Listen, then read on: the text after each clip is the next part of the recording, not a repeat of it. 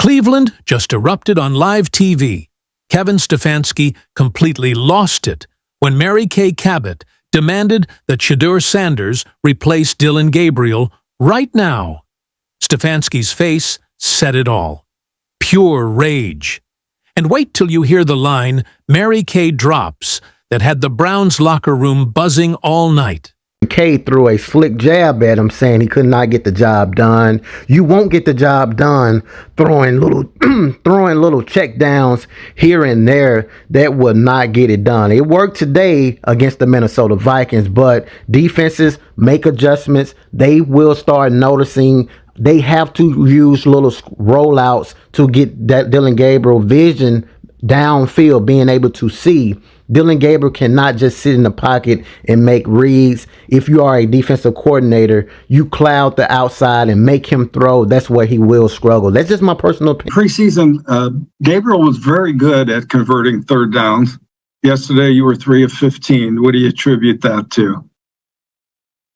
Yeah, I think each one you can probably talk through, Tony, and it's a combination of things, but I thought by and large, he was getting through progressions. There's things that I know he can do better that he knew when he was walking off the field.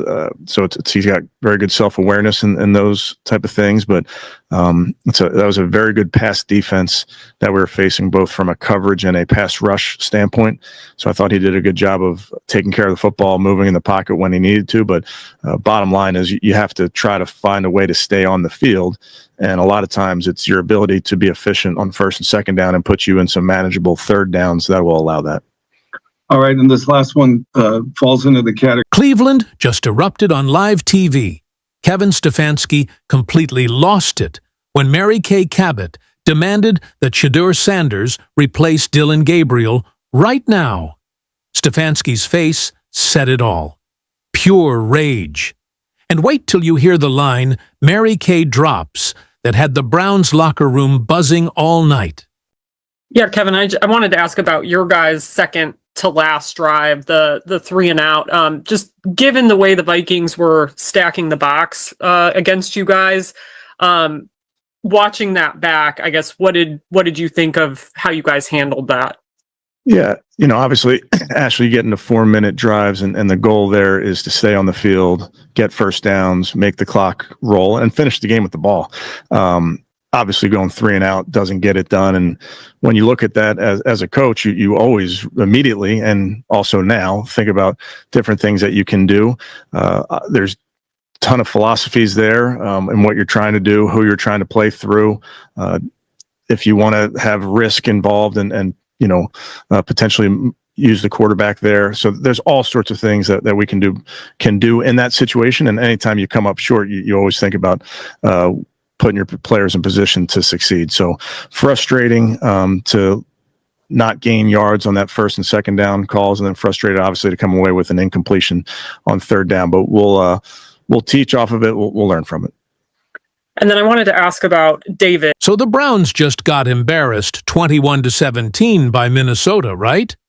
And I'm not even talking about the final score. I'm talking about how they lost. They had the game in their hands, multiple chances to put it away, and Dillon Gabriel, man, listen, the kid looked like he was playing scared.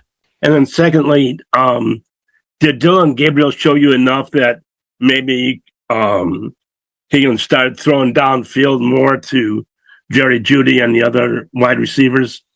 Yeah, it's always a product of the game you're in, Jeff, I would tell you.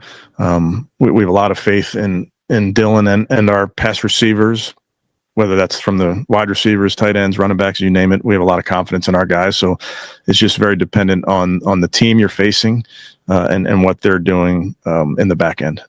Thank you. We played well, not well enough to keep Sanders cut away. Jokes here and there.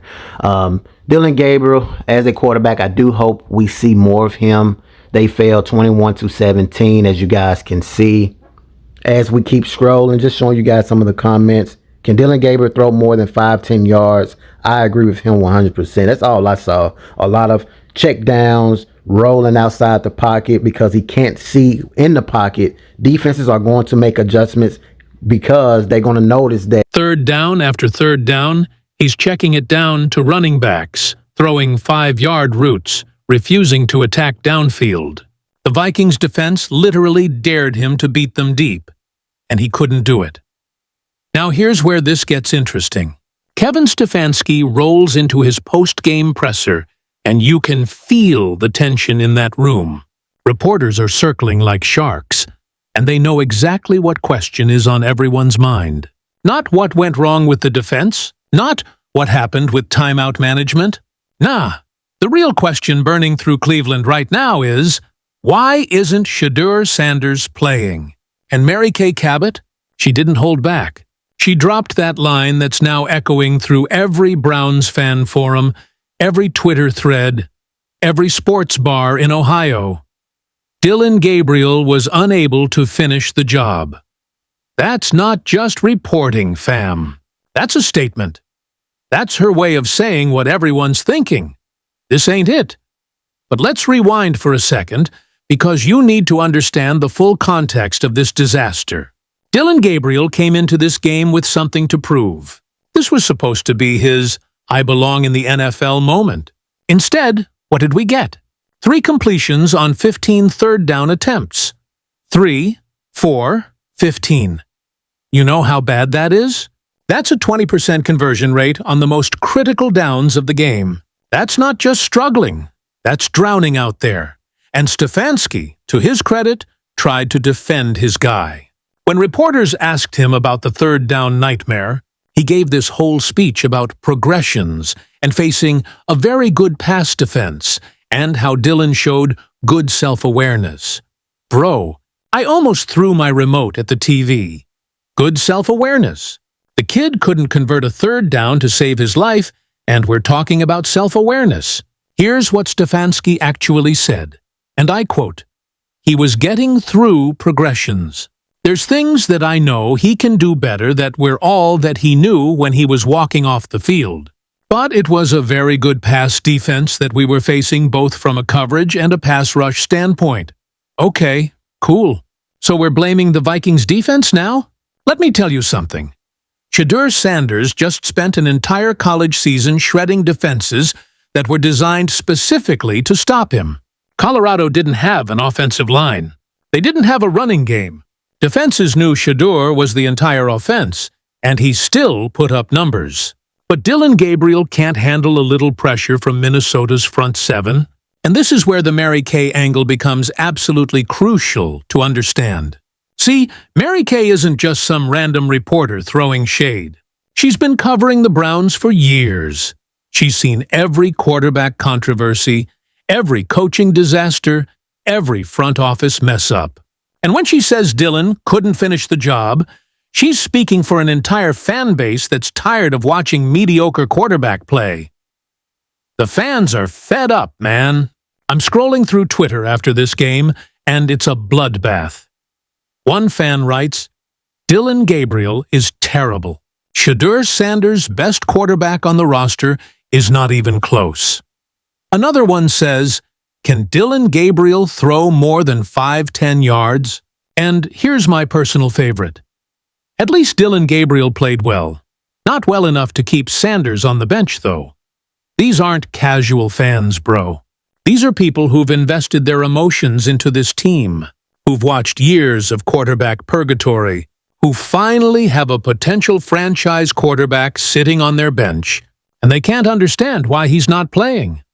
But here's where it gets even more interesting. During the game, they showed Shedeur Sanders on the sideline overseas. Yeah, the Browns played in London, and Tony Grossi, another Browns insider, made this comment about how they don't know who the starting quarterback is. And the way he said it, man, it felt like shade. It felt like even the media members who are paid to cover this team objectively are getting frustrated with Stefanski's decision-making. Now let's talk about what Dillon actually did in this game. Because the stats tell a story that Stefanski doesn't want to admit. Wide receivers? 5 catches total. 5.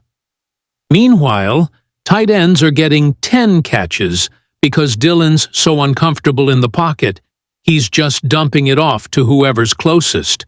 Jerry Jeudy, who's supposed to be their #1 receiver, is getting ignored.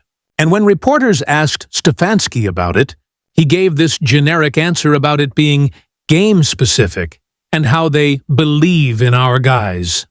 One reporter straight up asked, "Did Dillon Gabriel show you enough that maybe he should start throwing downfield more to Jerry Jeudy and the other wide receivers?" And Stefanski's response? "It's always a product of the game you're in. We have a lot of faith in Dillon and our pass receivers. That's not an answer, bro. That's a dodge. That's coach speak for, I don't want to admit my quarterback is limited." And here's the thing that's driving Browns fans crazy. They saw what Shedeur can do. They watched him at Colorado. They watched him dissect defenses, throw receivers open, make NFL-caliber throws in college. They know what they have sitting on that bench. So when they watch Dillon Gabriel checking down on 3rd and 7, when they watch him refuse to challenge a defense vertically, when they watch him go 3 for 15 on the most important downs, they're not just frustrated, they're angry, because this isn't about giving a rookie time to develop. This isn't about being patient with a young quarterback.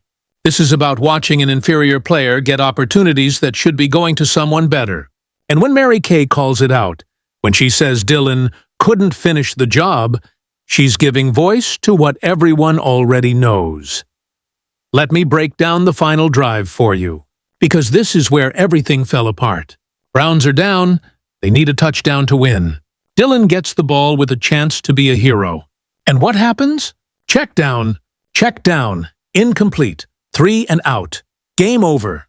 Vikings win. Stefanski tried to defend the play calling in his presser, talking about risk-reward and different philosophies and all this technical stuff. But at the end of the day, his quarterback couldn't execute when it mattered most. And that's the bottom line. Now here's where the Shedeur angle becomes really interesting, and why I'm telling you this might be the beginning of something bigger. See, Kevin Stefanski is feeling the heat. You can tell in these press conferences. When reporters ask him about timeout management, about play calling, about quarterback decisions, he's getting defensive. He's using a lot of words to say very little. He's protecting his guys, which is what coaches do, but he's also avoiding the elephant in the room. That elephant, Shedeur Sanders, is ready. He's been ready. And everyone except Kevin Stefanski seems to know it. Think about it from a pure football perspective. Dillon Gabriel's biggest weakness? He can't see over the offensive line. He's short. He has to roll out of the pocket constantly just to get a throwing lane. Defenses are already figuring this out. One fan on Twitter nailed it. Dillon Gabriel cannot just sit in the pocket and make reads. If you are a defensive coordinator, you cloud the outside and make him throw, that's where he will struggle.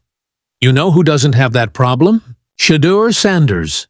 The man's got the size, the arm talent, the football IQ, and most importantly, the confidence. He's been groomed by Deion Sanders his entire life to be an NFL quarterback. He's played in hostile environments, handled media pressure, dealt with insane expectations. Dillon Gabriel played at Oklahoma and Oregon. Shedeur played under a microscope at Colorado, with the entire sports world watching his every move. And this is where I'm going to be real with you, because my audience knows I keep it 100 about Shedeur. The hate he gets is unreal. People talk about his dad, talk about the hype, talk about whether he's really that good or just a product of prime time. But you know what? The kid can play. Period. And Browns fans are starting to realize that maybe, just maybe, they've got a future star sitting on their bench while they're wasting games with a quarterback who maxes out at checkdowns. Mary Kay's comments hit different because she's not just some hot take artist. She's connected. She knows what's happening inside that building. And when she says Dillon couldn't get the job done, you better believe she's hearing rumblings from inside the organization. Maybe from coaches, maybe from players. Maybe from front office, people who are wondering the same thing everyone else is. Why are we doing this? The Vikings game wasn't just a loss. It was a statement. It was proof that Dillon Gabriel, despite all the talk about his progression and his self-awareness and his preparation, cannot win you games when it matters. He had multiple chances. He had a defense that kept them in it. He had weapons: Jerry Jeudy, David Njoku, Quinshon Judkins, and he couldn't deliver. Meanwhile, Shedeur's watching from the sideline, probably thinking the same thing every Browns fan is thinking. I could do better than this. And you know what? He probably could. We're diving deep into what happens next. Is Stefanski's job on the line? Will the Browns finally unleash Shedeur? And why the media pressure might force Cleveland's hand sooner than anyone thinks. This story is just getting started, and trust me, you don't want to miss what's coming next. So now we're at the crossroads, right? Kevin Stefanski's sitting in that press conference, deflecting questions, protecting his quarterback, doing all the things coaches are supposed to do. But behind closed doors? Man, you know those conversations are getting heated. You know the front office is looking at ticket sales, looking at social media engagement, looking at the national narrative. And they're seeing one name trending over and over: Shedeur Sanders. Let me tell you why this situation is about to explode, and why the Browns might not have a choice much longer. First off, the schedule doesn't get easier. They just lost to the Vikings at home. In London. And now they've got to face teams that are going to game plan exactly like Minnesota did. You think defensive coordinators around the league didn't watch that film? You think they didn't see how Dillon Gabriel crumbles when you take away his rollouts? When you force him to sit in the pocket and make tight window throws? The blueprint is out there now. Stack the box against the run. Take away the easy stuff. Make Dillon beat you vertically. And guess what? He can't do it. At least not consistently enough to win games in this league. But here's where it gets really interesting. And this is the part that has me convinced change is coming sooner than later. Kevin Stefanski's job security isn't what it used to be. This man has been on the hot seat before. Browns fans have patience for losses, but they don't have patience for stubborn losses. They don't have patience for watching a better option sit on the bench while games slip away. And Stefanski knows this. You can hear it in how he answers questions. When reporters pressed him about whether he has too many voices in his headset during critical moments, he got defensive. When they asked about timeout management, something he screwed up at the end of the Vikings game, he gave this long-winded non-answer about putting the team in a good spot. Bro, you didn't put the team in a good spot. You let 15 seconds run off the clock before calling timeout. You gave Minnesota extra time to scheme up that game-winning drive. And your quarterback couldn't bail you out when you needed him most. Now let's talk about what's happening behind the scenes, because this is where the Shedeur Sanders angle becomes absolutely critical. See, when the Browns drafted Dillon Gabriel, it wasn't because they thought he was a franchise quarterback. It was a mid-round pick, a let's-see-what-happens situation. But Shedeur was a statement. That was a first-round investment. That was them saying, this is our future. And right now, that future is sitting on the bench, watching a game manager lose games. The fans see it. The media sees it. And I guarantee you, people inside that building see it too. There's no way veteran players in that locker room are watching Dillon go 3 for 15 on third downs and thinking, yeah, this is our best option. No way Jerry Jeudy is happy catching 5 balls while tight ends eat up all the targets. No way that defense wants to go out there and play their hearts out only to watch the offense sputter when it matters. This is how quarterback controversies start, man. It's not always the coaches making the decision. Sometimes the locker room forces the decision. Sometimes the media pressure becomes too much. Sometimes the fan backlash gets so loud that ownership steps in and makes the call. And Mary Kay's comments? That's the spark that could light the whole thing on fire. Think about the timing of it. She didn't wait a few days.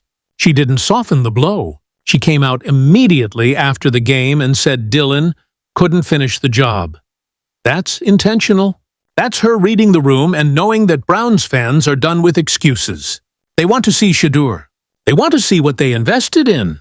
They want to see if this kid can actually be the answer to decades of quarterback mediocrity. Now, I want to take a second here and address something, because I know there are Dylan Gabriel defenders out there. And look, I get it. The kid's in a tough spot. He's a rookie thrown into a starting role on a team with expectations. He's playing behind an offensive line that's had injuries. He's got a coach who's clearly not giving him the full playbook yet. But here's the thing. Shedeur would be dealing with the same circumstances. Actually, worse circumstances, because the pressure and scrutiny on him would be 10 times higher. Every throw would be analyzed. Every mistake would be magnified. Every incompletion would have people saying, "See? He's overrated. He's just Deion's son." And you know what? I think he'd handle it better than Dylan is right now. Because Shedeur's been under that microscope his entire life. He's used to the noise. He's used to people doubting him. He's used to having to prove himself over and over again. Dylan Gabriel's biggest test in college was what? Winning the Pac-12. Playing in front of 50,000 fans in Eugene? That's cute. Shedeur played at Colorado with the entire sports world watching. With ESPN cameras at every practice. With Skip Bayless and Stephen A. Smith debating his every throw on national television. With his dad's legacy on the line every single Saturday. That's pressure. That's what prepares you for the NFL spotlight.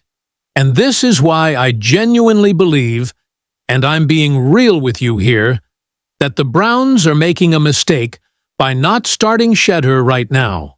Not because Dylan is terrible. Not because Shedeur is guaranteed to be a superstar.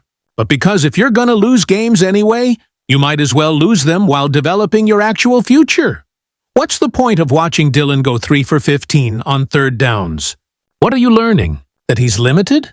We already knew that. That he needs perfect circumstances to succeed? We could have guessed that. That he's not the long-term answer? Anyone with eyes could see that. But Shedeur? We don't know his ceiling yet. We don't know how good he can be. And the only way to find out is to let him play. Let him take his lumps. Let him grow. Let him show you whether he's the real deal or not. Because here's the truth that Kevin Stefanski doesn't want to admit. This season's probably cooked anyway. They just lost to the Vikings. They're going to struggle to make the playoffs. So what are you saving Dylan Gabriel for? Why are you protecting him? Why are you delaying the inevitable? The fans know it. Mary Kay knows it. Social media knows it. Shedeur Sanders needs to play. Period. And when he does, not if, but when, this whole narrative is gonna flip. Because either he's gonna ball out and make everyone look stupid for waiting this long, or he's gonna struggle, and at least we'll have our answer. But this limbo? This let's keep pretending Dylan is the guy situation, it's not helping anyone. Kevin Stefanski stood at that podium and talked about progressions and game-specific plans and trusting the process. But you know what Browns fans heard? Excuses. They heard a coach who's too stubborn to admit he made the wrong call. They heard someone who's more worried about protecting his ego than doing what's best for the team. And that's dangerous territory for a coach on the hot seat. Dangerous territory for a coach on the hot seat. Look, at the end of the day, this story is far from over. Dylan Gabriel's going to get more chances. Kevin Stefanski's going to keep defending his decisions. The Browns are going to say all the right things about evaluating and preparing and week-to-week decisions. But the pressure's building. Mary Kay fired the first shot. The fans are revolting. Social media is in full meltdown mode. And somewhere in that facility, Shedeur Sanders is waiting for his moment. Will it come next week? Next month? After another brutal loss? I don't know. But what I do know is this. The clock is ticking on Kevin Stefanski's patience, and Browns fans aren't going to accept many more performances. Like we just saw against the Vikings, Dylan Gabriel couldn't finish the job. The question is, Will they finally give Shedeur Sanders the chance to show he can? Drop your thoughts in the comments. Are you Team Shedeur or Team Dylan? Do you think the Browns are making a massive mistake by keeping Prime's son on the bench? And how many more losses before Stefanski makes the switch? If you enjoyed this deep dive, make sure you smash that subscribe button and hit the notification bell because, trust me, this quarterback controversy is just getting started, and you're not going to want to miss what happens next. I'll see you in the next one. Peace.